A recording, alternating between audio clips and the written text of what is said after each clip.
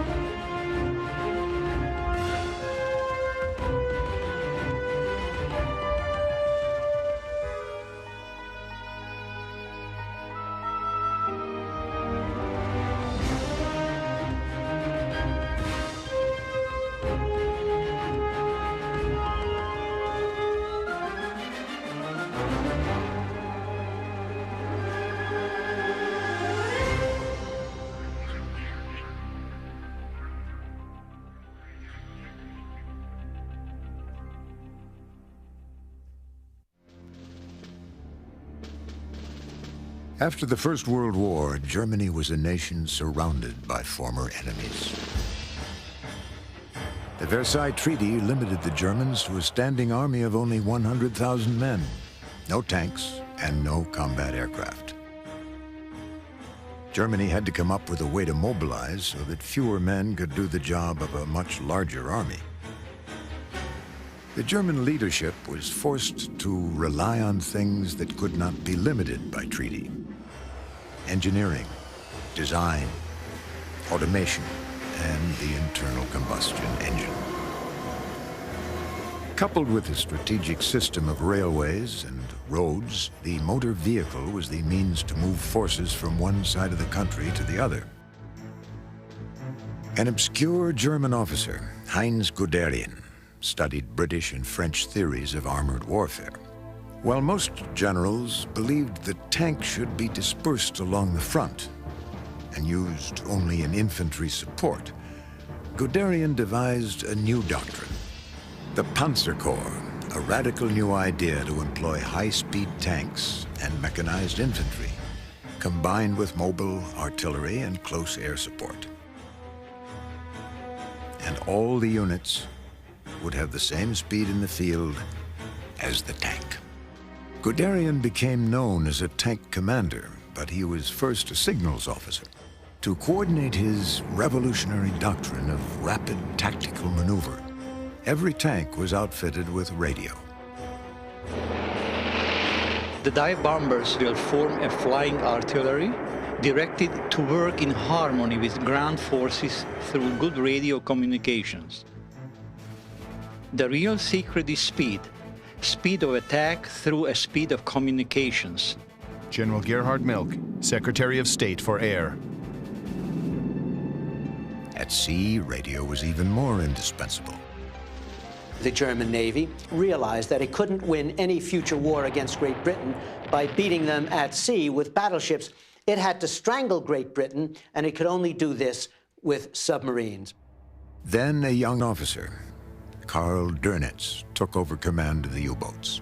Dönitz realized that the only way in which the U-boats could work effectively against a convoy was in concerted action.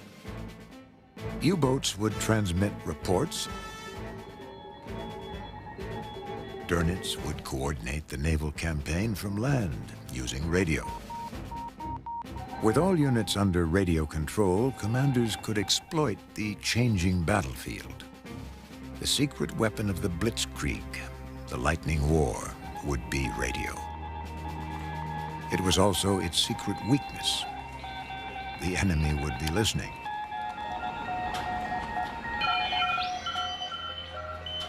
The Germans had paid dearly for cryptologic failure in the past. Early in World War I, the German light cruiser, the Magdeburg, ran aground in the Baltic Sea. The Russians, near whose territory this was, captured this ship and found in it the German Navy's secret code book. A Russian destroyer was dispatched to bring the book to London to the first Sea Lord, Winston Churchill. The British used it to decode German naval messages throughout the war and bottle up the German fleet. In the battles of Dogger Bank and Jutland, the British exploited their secret knowledge.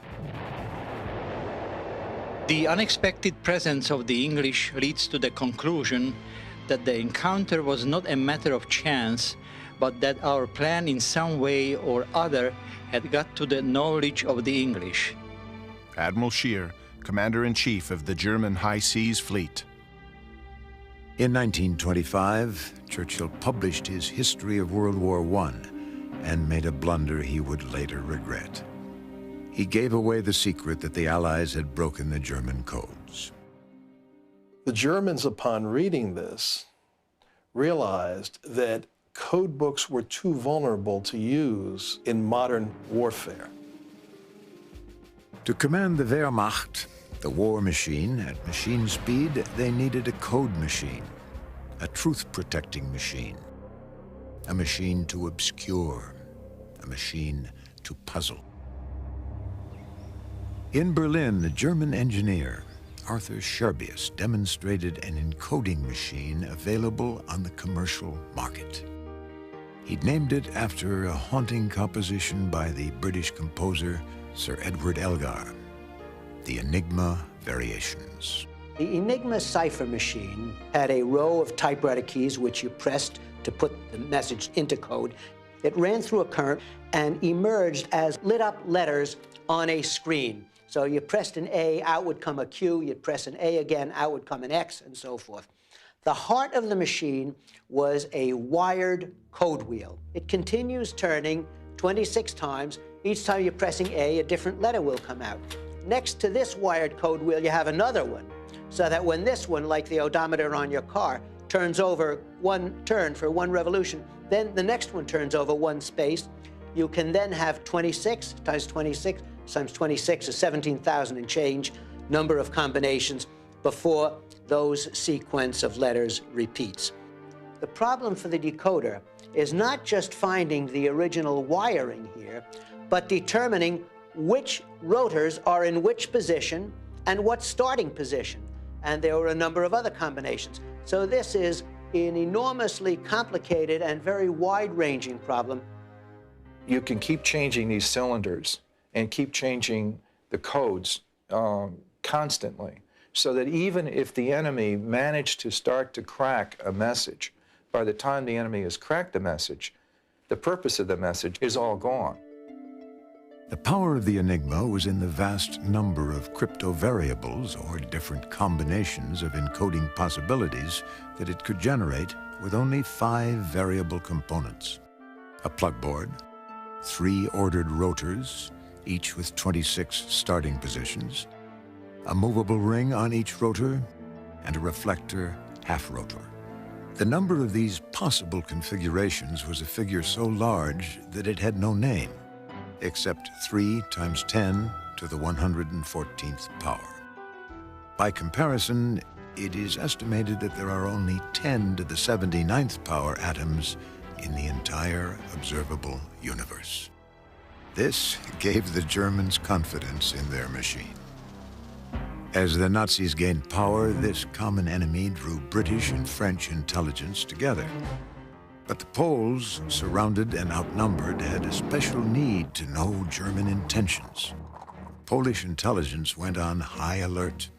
It monitored all forms of German communications, including the mails. About 1930, there was a parcel sent from Germany to Warsaw to the German consul there. That was Saturday. Parcels were not delivered, so the Polish intelligence was informed about this. It was a code machine, an Enigma, and they only had it for 48 hours. They make all possible copies, photographs, etc., packed this, that the Germans will not know that the package was opened. And it was delivered to German consul on Monday morning. The Poles had the insight that machine codes could be broken by mathematicians. They asked a promising young student, Marian Rejewski, to look into the Enigma. A decoding job seems to me one of the most difficult, laborious, and both boring and thrilling things that you can do. You're looking at a sea of numbers or letters. They make absolutely no sense. What you're trying to do is find little patterns there. German messages were often transmitted on the same radio net. Each command had different keys. Before encoding, the sender set his 3 rotors to a setting from the key list, chose a wheel setting at random, and encrypted the key. He then sent the 3 letters. To avoid confusion, he sent these key letters twice. Rejewski saw quickly that they were the key. This knowledge set up harmonics, mathematical relationships he could exploit, the first potential break into Enigma. 3 Poles, cryptanalysts, Różycki, Rejewski, and Zygarski. They were young and full of ideas, because to break something like Enigma, you have also a vision, you have to have imagination. The greatest was Marian Rejewski. He produced some very elegant mathematical theories which enabled him to work out which rotors were actually in the machine for a particular transmission. But they couldn't decipher the messages because the Germans, not being stupid, had used different wirings inside the rotors to those available on the commercial Enigma. It looked hopeless despite their best efforts. The Poles couldn't crack the code. Then the Polish codebreakers got a break from an unlikely source in the very shadow of the Brandenburg Gate in Berlin.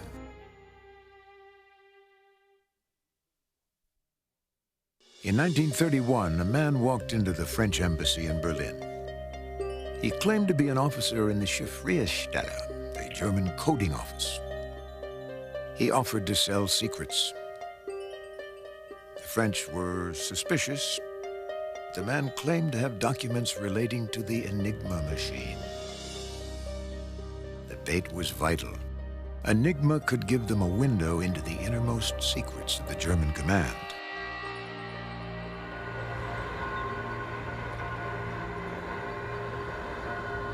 The German officer was Hans Thilo Schmidt.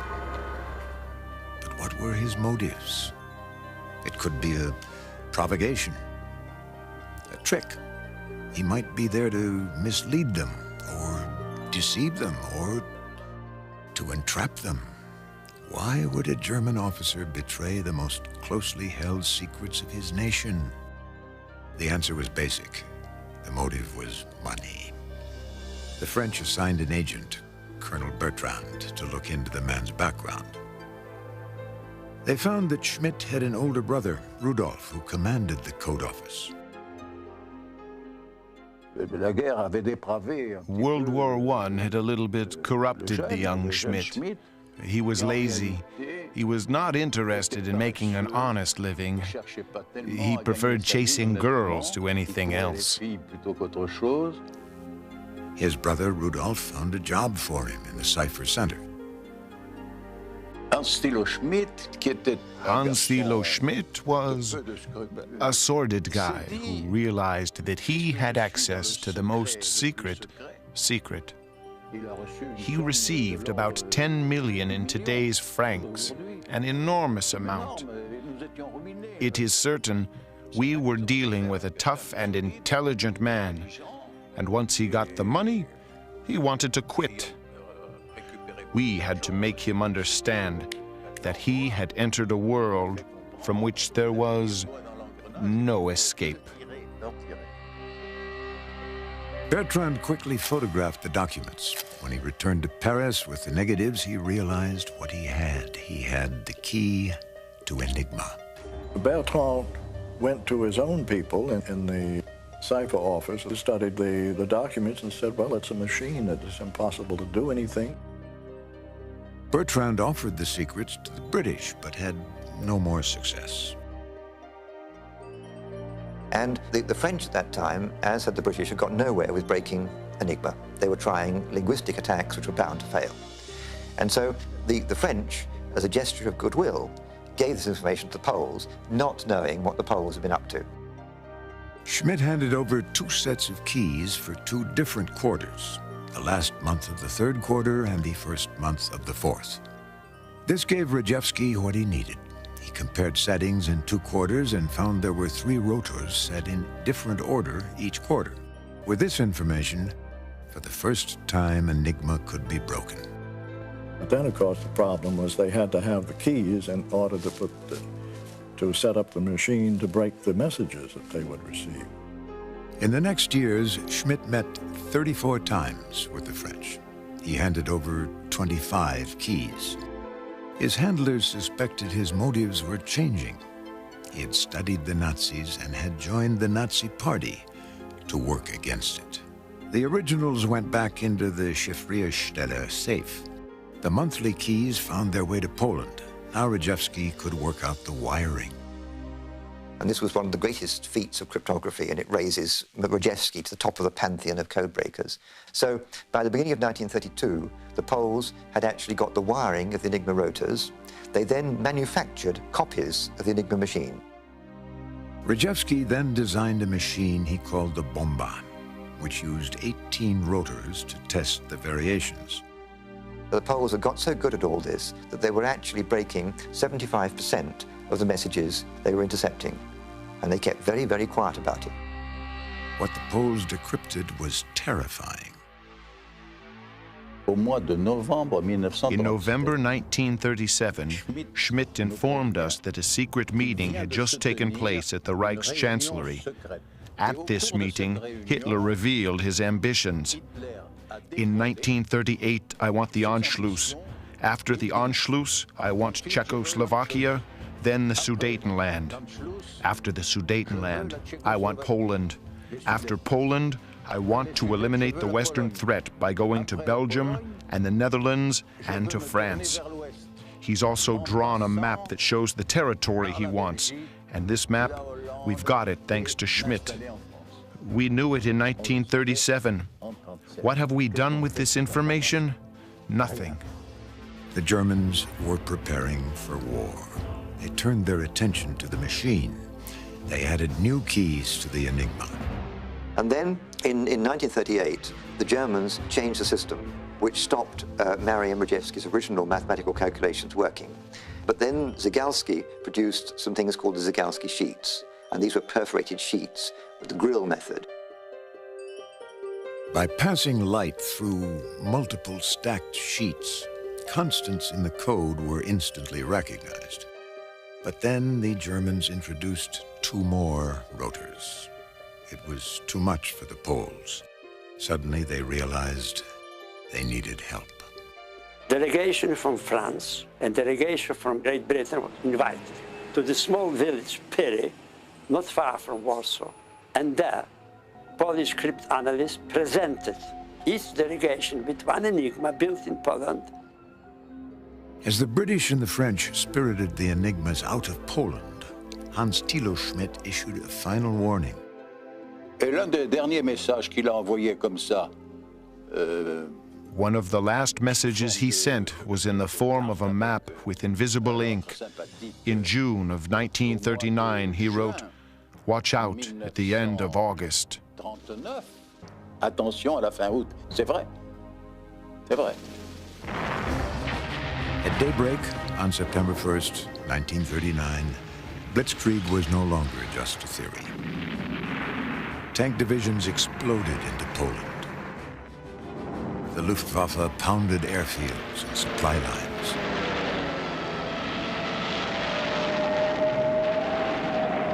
Britain and France declared war on Germany. Polish cavalry attacked German tanks. Warsaw fell.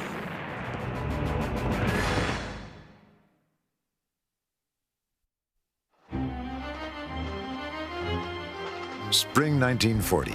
As Blitzkrieg threatened Europe, the enigmatic battle was joined in England, in a small railway junction town midway between Oxford and Cambridge. Bletchley Park, known as Station X, was secret headquarters for the government code and cipher school. The members of GC and CS also called themselves the Golf Club and Chess Society. The British approach is to gather in Bletchley Park, outside of London, everybody they can think of who might be able to contribute to code breaking. They're going to get mathematicians, people who know how to break the crossword puzzle in the Times. They are going to get daffy kind of people who are eccentric and wander around, but they've got good brains. So in a sense, you've got the two cultures. One of the machine that's distrustful of human beings, and you've got the British society saying, well, we'll get these funny guys from Oxford together, and they'll come up with something. They put aerials all around and started listening to German radio transmissions. But they soon realized it wasn't a particularly bright idea to have aerials all over a site you wanted to keep secret. So they moved the listening out to the so-called Y stations, the intercept stations, all over the country.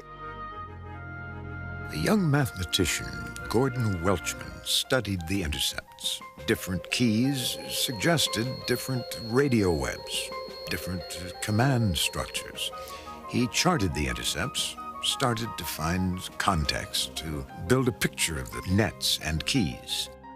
Meanwhile, Harry Hinsley, a young Cambridge student, analyzed the traffic. Once the German radio network had to extend itself along the Norwegian coast, you see, after the occupation of Norway, it became much more volatile. You know, its behavior began to vary much more than previously. I began to be able to forecast naval movements because the behavior of this great signal system was so strange that I had no doubt that it meant the movement of big ships out of the Baltic, and nothing so startling had happened before.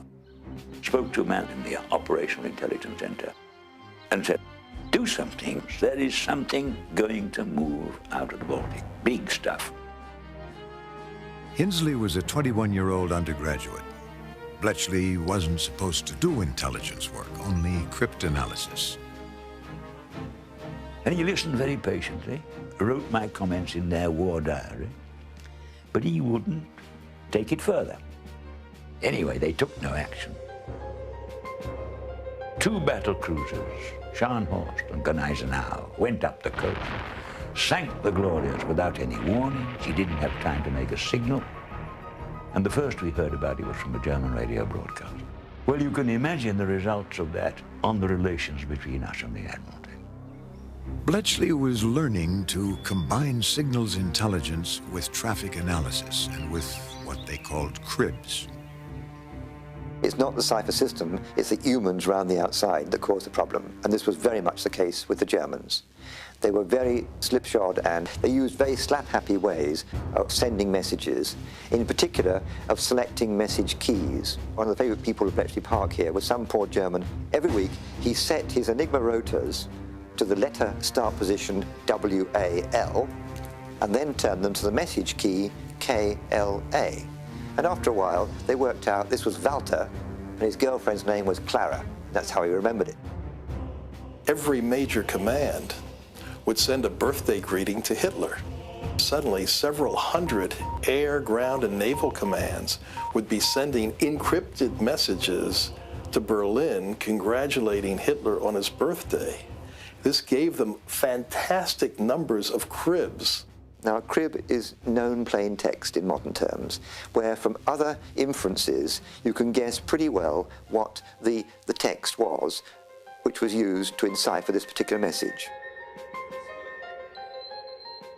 Crib hunting was a major exercise here, and it started as soon as you began to get traffic in. It was a continuous race against time. Every second counted, 100% accuracy, couldn't make any mistakes. I remember, for example, working for 36 hours at a stretch on 1 or 2 occasions and being unaware of any fatigue. I found it enormous fun.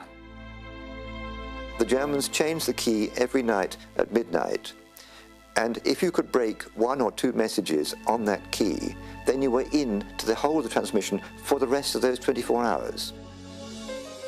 A crib was a glimpse into the Enigma, a crack in the armor. Now they must throw all their forces into the breach. And what they come up with is, we've got to get a machine that will crack that machine. The machine the British set out to build was first imagined by an eccentric mathematical genius. In 1936, Alan Turing wrote a paper on the computability of numbers and created something new. Turing was the first to bring scientific method into it at all. And that he followed through with the whole theory of probability and statistics, which was applied to all the aspects of the high-level work. He was brilliant, there's no question about that. And of course he had these eccentric behaviour like a lot of people, but it was a bit extreme in him. There are certain things that Turing did which did annoy people, like he didn't say hello to people when he saw them first thing in the morning on the basis they'd actually said hello to them the day before, and didn't think any reason why it made any difference because the sun had broken again. Turing wandered around Bletchley wearing his gas mask.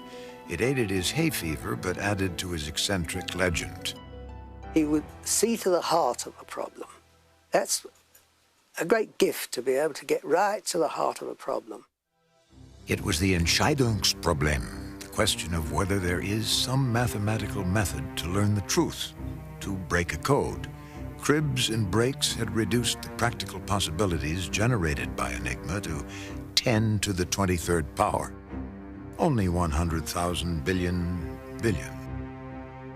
The problem is, in this enormous range of 10 to the 20 possibilities, to find the one which gives you the solution, and you've got to find that quickly. He needs some very clever logical ideas to eliminate huge numbers of those possibilities. He came up with a very, I think, very brilliant idea, and that was that from a contradiction, you can deduce everything. Turing's idea is not to find the right answer, but the wrong ones. A wrong answer would give an infinite number of solutions. If you got infinite solutions, the answer must be wrong. One could identify these and eliminate them. If you imagine this as being a search tree, where you have a peak and you go down to 10 to 20 leaves at the bottom of this, the prior best knowledge was to work your way down this tree looking for the one solution which gave the answer. Turing said, no, that isn't the way to do it. What you do is you prune off all the branches that it can't possibly be, right? And then you're left with a possible number of solutions which you then got to investigate. With human brain power, the idea of first eliminating wrong answers was useless. It would take years. But Turing attempted to model the mind as machine, in which thoughts could be broken down into small tasks and attacked step by step in machine logic. This obscure revolutionary thought would not only have the greatest effect on the war, but in ways not yet imagined on future civilization. Turing then took the idea of the Polish bomba and developed it into the Turing bomb with dozens of rotors. This machine rapidly churned through all key possibilities. Wrong ones would churn on and on. Possible keys that couldn't be proven wrong, the bomb would stop. Cryptanalysts set this potential key into the Enigma machine and typed in the intercepted code. If plain text decrypt came out, they had broken the key. They were in. And they reckoned in Hut 6 and Hut 8 they hadn't done very well if they hadn't broken it by 3 o'clock in the morning. And the bogey time for breaking an Enigma key was 14 minutes. When you combine Nazi stupidity with the German love of good order, you again get something which is very vulnerable, because it meant not only did they send out these great statements of their marvelous victories each day, but they sent them out at the same time each day, so we could identify them. Not only did they send them out at the same time each day, but they sent them out on every channel. So if we were reading one cipher, we would get the clear, and we would use that clear to obtain key for another cipher. In the spring of 1940, the Allies were starting to break the codes, but without the ability to act on what they'd learned, there was little they could do. Although they declared it, the British were not prepared for war. On land, Blitzkrieg paused. Soldiers settled down to the Sitzkrieg, the phony war. At sea, the war was not so phony. Death and destruction stalked the North Atlantic.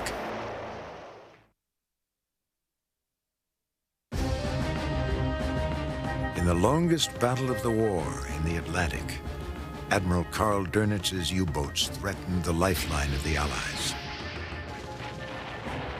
Churchill was always aware of it. This was the critical issue. If Britain had lost the Battle of the Atlantic, we would simply have had to resign. We just would have to give up. In this critical battle, the naval Enigma with a special keying system could not be read. And the idea that Turing constantly pressed on me, you cannot get into this naval Enigma unless we can get some external material. That was enough. That was enough. Hinsley himself came up with the answer. The Germans kept two little trawlers on station in the Arctic. One off Greenland, one off northern Iceland, for weather reporting. I discovered their patrol positions, which were always the same, that they were on station for 7, 8 weeks, and that they carried the Enigma. Believe it or not, even in those little trawlers doing nothing but report weather, they had the Enigma. And I guessed, I knew that if they were out for 8 weeks, they had to have more than 1 month's setting sheet. The current setting sheet would be on the operator's desk, and he had a bucket of water next to his desk. If he was boarded, he put the setting sheet in the bucket, and the ink ran. But the next month's would be in the safe. Hinsley called the Admiralty. Destroyers steamed out of Scapa Flow. Just when the sun was coming up. Boarding party on board before the boys are awake. Our man down to the signaling office and the captain's cabin.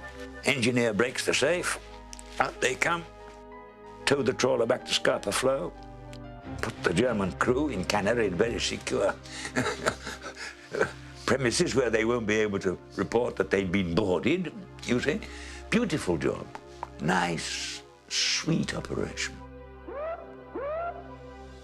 Every morning, 8 o'clock in the morning, regular as clockwork, he would come up. This is Weather Station Brest, reporting at 0800. You put that on Turing's machines, and out comes the setting for the day.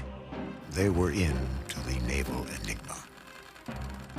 Using it now offensively, we simply hammered the U-boats. Their life was a misery.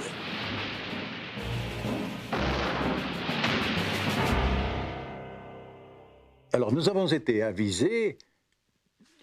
We were informed by Schmidt about the German command's intention to penetrate Belgium and advance to France right through the Ardennes. Et ensuite de filer vers la France en utilisant précisément les Ardennes. French intelligence reported Schmidt's warning to the High Command. The response was disbelief. C'est pas possible. They said it is not possible that an armored force, the Wehrmacht, could cross the Ardennes. It is not possible. C'est pas possible. But it was. For tanks and mechanized panzer forces, the hills and valleys of the Ardennes presented no barrier. The Nazi blitzkrieg advanced in 2 pincers into the Low Countries and France. The British Expeditionary Force was cut off on the Channel coast. It would take only a few days to destroy the British forces. Then Bletchley broke an intercept. With operator mistakes in the German Air Force, which was very badly trained as signalers, we broke the German Air Force cipher. On the radio net, an argument raged. Field Marshal Hermann Goering boasted that his Luftwaffe would destroy the enemy. Panzer generals pleaded for permission to attack. But hoping for a negotiated peace, Hitler ordered his generals to hold. Enigma intercepts, the British knew they had time. Time to mount Operation Dynamo, time to evacuate Dunkirk.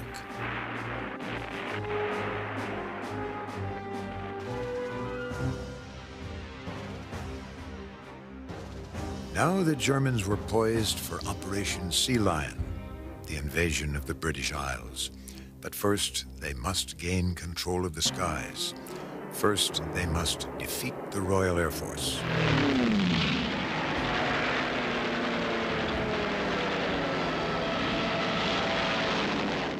Churchill spoke to the nation.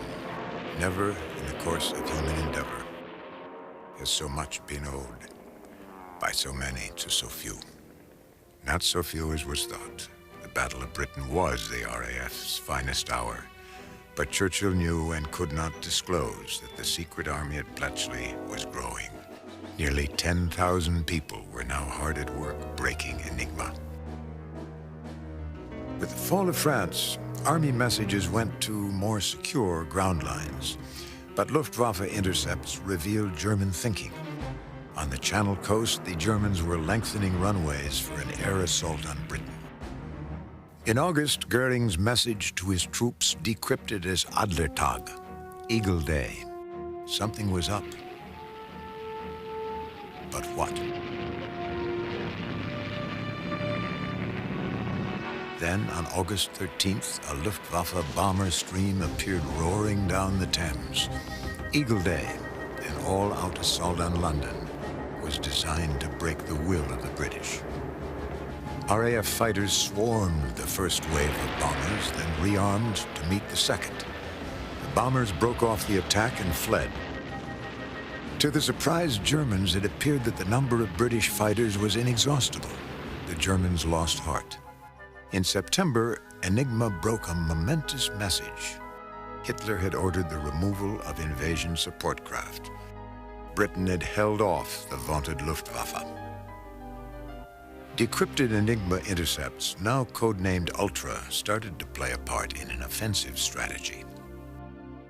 And as you can imagine, Ultra, which was the product of the Enigma, had to be distributed and used with immense care. At every command post, there was a Bletchley-trained signaller and decipherer. It was they who did the signaling, took the decrypt across to the intelligence staff, stood over it till it was finished with, collected it back, burned it. It was very important that the field commanders understood, and they were expressly commanded by Churchill, that they were to take no action which could give away to the Axis forces that the information had come from Ultra. If you knew from Ultra that there was a ship in an area you wanted to sink, you would try to have an airplane show up near that ship that they would see drop out of the clouds so that lookout would say, oh, we've been spotted by an Allied aircraft. So when it got torpedoed or attacked later, they didn't know it was because we had broken an encrypted message. In North Africa, signal security was critical. Field Marshal Erwin Rommel was reading a broken American code which revealed British plans. Informed by Ultra and by captured documents of the breach, the Americans changed their code. Rommel's legendary intuitive strategy waned. We got the Army Ultra, enough of it, just in time to enable General Auchinleck to keep Rommel out of Cairo. Every time Rommel planned, I'll get through there, you see, Auchinleck could get his forces just in time. If it hadn't been for that ground intelligence, plus the resources that we were destroying, the Germans would have occupied Cairo. Montgomery used Ultra in a grand deception at El Alamein, which led Rommel to attack into a British trap.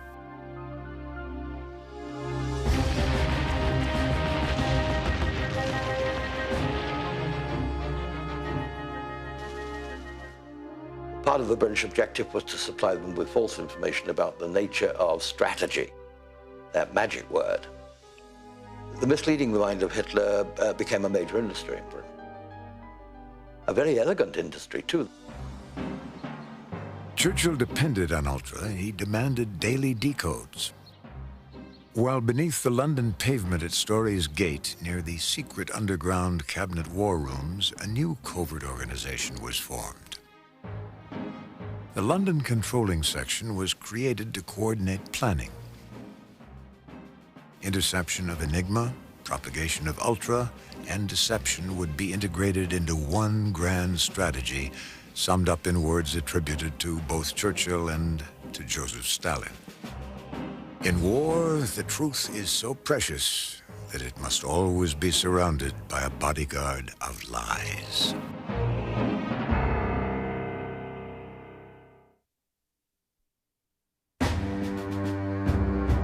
In 1942, in North Africa, the Allies battled back, but suddenly, without warning, the sea war turned against them.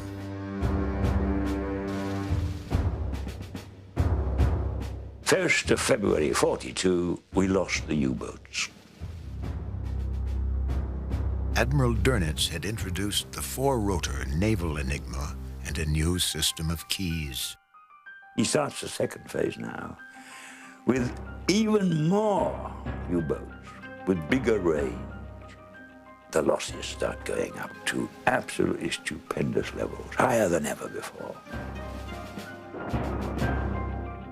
Bletchley named Dönitz's new key Shark, and as losses mounted, attacked it desperately. For 8 long months, they failed. Then, in September 1942, the British destroyer Petard found a German sub in the Mediterranean. Depth charges brought it to the surface. As the crew abandoned ship and the U-559 foundered, 3 British sailors dove into the sinking sub and grabbed the codes. Only 1 sailor got out. Anthony Fasson and Colin Grazier went down with the boat, but the British had the keys. In November, Bletchley broke back into Enigma, into Shark. But in 1943, yet another cipher machine appeared, which encoded and transmitted simultaneously by teletype. It was much faster and used at the highest level of Nazi command. The machine was called Geheimschreiber, secret writer. The British called the code Fish. The British used their experience with Enigma. They attempted to break Fish. Again, it was serious procedural errors on the part of the German operators, inadvertently enciphering 2 messages using the same key. Turing's bomb was electromechanical. To break the new codes, they would have to build hundreds of bombs. They needed something faster. They needed the speed of electrons. They needed an electronic device. To break the secret writer, the Bletchley Group created the world's first electronic computer, Colossus. It came online just in time for D-Day. With that cipher available as well as the Enigma, we gradually were able to build up knowledge about the German forces opposing landing. We had the whole strategic and tactical picture of the German plans and dispositions for throwing off the invasion. Eisenhower embraced Ultra and made deception a key to his D-Day strategy. A phantom army under General George Patton was created to convince the Germans that the invasion would come at the Pas-de-Calais. The fact that we knew what the Germans were thinking and what they were saying and how many of these messages were being accepted enabled us to very much better plan this operation and carry out the deception.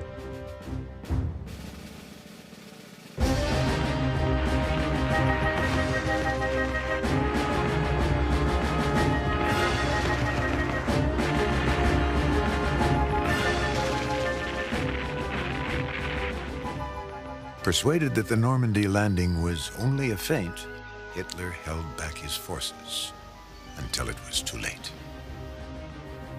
Ultra aided in the breakout at the Falaise pocket in Normandy. Some Germans were suspicious. The Allies were too prepared, too intuitive, too lucky. The Germans were reluctant to face reality. The coding officers found it difficult to admit to themselves, to their chiefs, and to the Führer that everything they'd done was worthless. Instead, they believed the more obvious, that the Allies had penetrated the high command. To the Nazis, humans could be weak, but their war machine was infallible. Because of this arrogance, because they despised us so much, they held us in such contempt, they couldn't think that we, the Untermensch, the sub-race, could possibly be deciphering messages enciphered by the Übermensch, the super-race. I mean, it was just contrary to their whole philosophy, and thank goodness for that. To the end of the 1,000-year Reich, which lasted 12 years, the Germans entrusted their most secret plans to Enigma. They never caught on.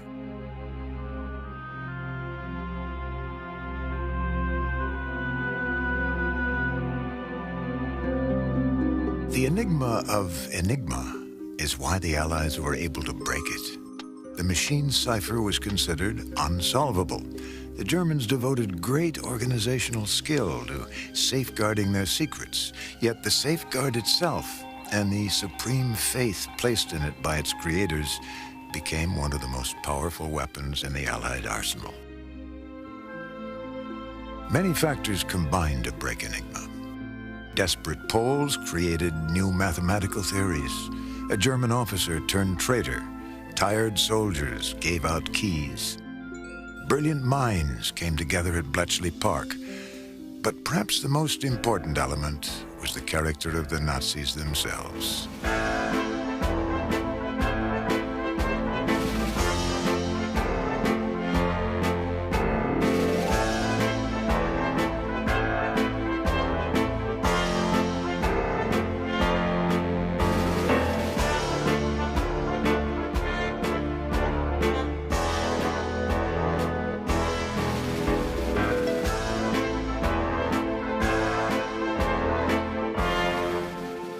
Nazi tyranny did not encourage free thought.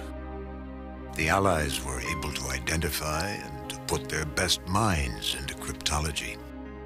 In Germany, the best minds did not go into cryptology. Many of the best minds went into concentration camps. To get rid of so many of your leading intellectuals, if you want to conduct a high-tech war, is absolutely stupid.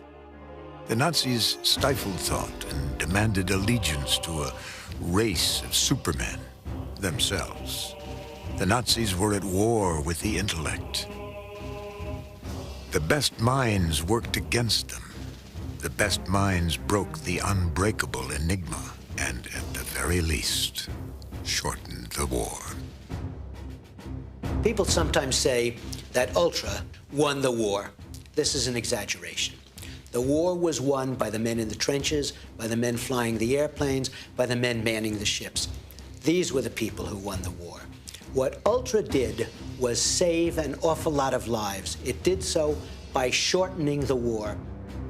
If Hitler had won the war, he would have dominated the entire Earth. That was his idea. And then his system would have lasted, as he had hoped, for 1,000 years. That's what he was after.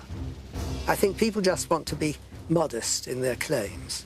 So they make a claim that is very reasonable, that it shortened the war by 2 years. But it might have saved the world, might have saved civilization. After the war, Winston Churchill wrote a multi-volume history of the conflict. He'd learned his lesson well. He never mentioned Ultra. Marian Rejewski fled to England during the war. After the war, from the Polish government, he received a few minor medals. From the Allies, he received no medals, no rewards. Hans Thilo Schmidt was betrayed by a French agent. In 1943, he died in Gestapo hands.